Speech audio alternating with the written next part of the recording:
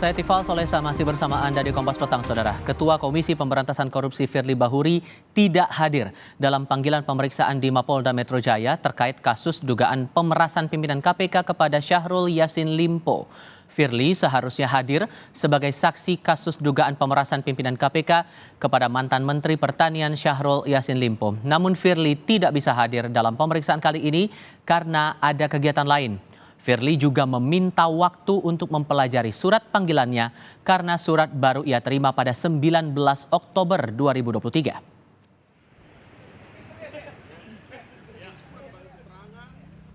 Direktur Reserse Kriminal Khusus Polda Metro Jaya Kombes Ade Safri Simanjuntak menyebut pemeriksaan Firly akan dijadwalkan ulang pekan depan. Ini adalah pemeriksaan pertama Firly sebagai saksi dalam tahap penyidikan terkait kasus dugaan pemerasan pimpinan KPK kepada Syahrul Yassin Limpo. Firly akan dimintai keterangan salah satunya soal foto pertemuan dirinya dengan Syahrul yang beredar di publik. Hingga kini sebanyak 52 saksi telah diperiksa penyidik. Bahwa di hari ini, hari yang sama untuk dijadwalkan pemeriksaan atau pengambilan keterangan terhadap Saudara FB selaku Ketua KPK RI bersamaan dengan kegiatan kedinasan yang telah terjadwal sebelumnya. Itu yang pertama. Pertimbangan yang kedua, diperlukan waktu untuk Saudara FB atau Ketua KPK RI untuk mendalami materi pemeriksaan yang akan dilakukan oleh penyidik Polda Metro Jaya. Atas surat dimaksud, kami dari tim penyidik akan melakukan panggilan ulang yang akan dijadwalkan minggu depan dan pertama di penyidikan. Berarti sebelumnya udah dipanggil ya Pak ya? Udah pernah diperiksa ya? Belum. Di tahap penyidikan ini adalah panggilan yang pertama terhadap saksi FB selaku Ketua KPK RI. Dalam keterangan tertulis, Wakil Ketua KPK Nurul Gufron menjelaskan, kami menghormati proses-proses tersebut. Ketua KPK belum dapat menghadiri panggilan dimaksud. Pimpinan telah mengonfirmasi dengan berkirim surat meminta penjadwalan ulang. KPK sebagai lembaga penegak hukum akan patuh terhadap hukum. Kami pastikan proses ini tidak mengganggu proses hukum tindak pidana korupsi yang sedang KPK lakukan. Untuk mengulas kasus hukum dugaan pemerasan mantan Menteri Pertanian Syahrul Yassin Limpo yang menyeret nama Ketua KPK Firly Bahuri, kita bahas bersama pengamat hukum pidana dari Universitas Pelita Harapan Jamin Ginting. Pak Jamin, selamat sore, apa kabar? Selamat sore, Mas Tifal. Terima kasih sudah bergabung bersama kami.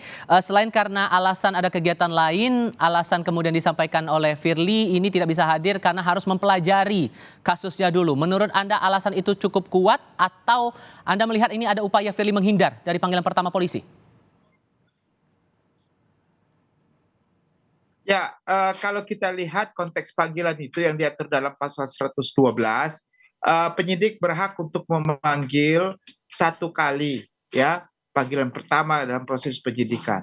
Kalau dia tidak hadir, maka akan dipanggil kedua kalinya dengan peringatan. Kalau dia tidak hadir, maka ada upaya paksa. Nah, kalau dilihat dari konteks jarak antara Polda dan juga KPK, maka ini dalam satu provinsi yang sama. Jadi hanya dibutuhkan waktu paling lama itu 3 hari kalau di KUHAP itu ya. Jadi saya kira dengan 3 hari panggilan, sudah harusnya hadir, sudah dapat mempersiapkan hal-hal yang perlu diberikan keterangan dalam penyidikan.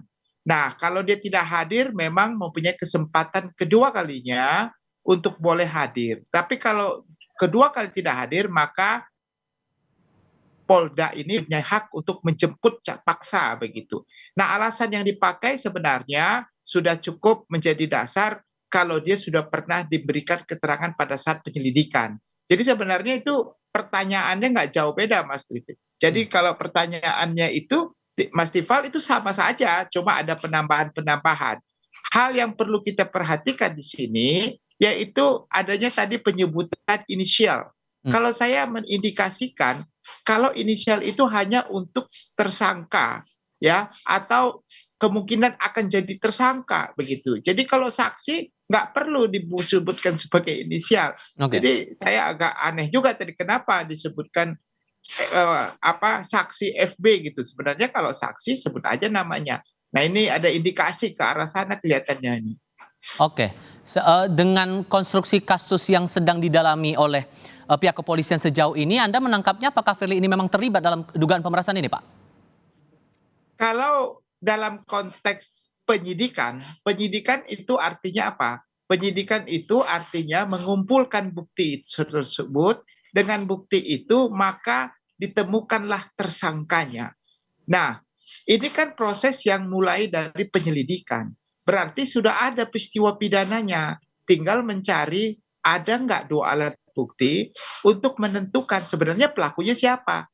Kalau peristiwa pidananya sudah ada dalam proses penyelidikan. Kalau nggak ada, nggak mungkin dia naikkan ke penyidikan begitu. Jadi sebenarnya kasus ini sudah pasti ada tersangkanya. Cuma tinggal mencari siapa tersangkanya dengan dua alat bukti yang cukup sebagaimana dimaksud pasal 184. Tapi kalau kemudian difokuskan pada sosok Firly Bahuri ini, Anda menangkapnya sudah jelas begitu?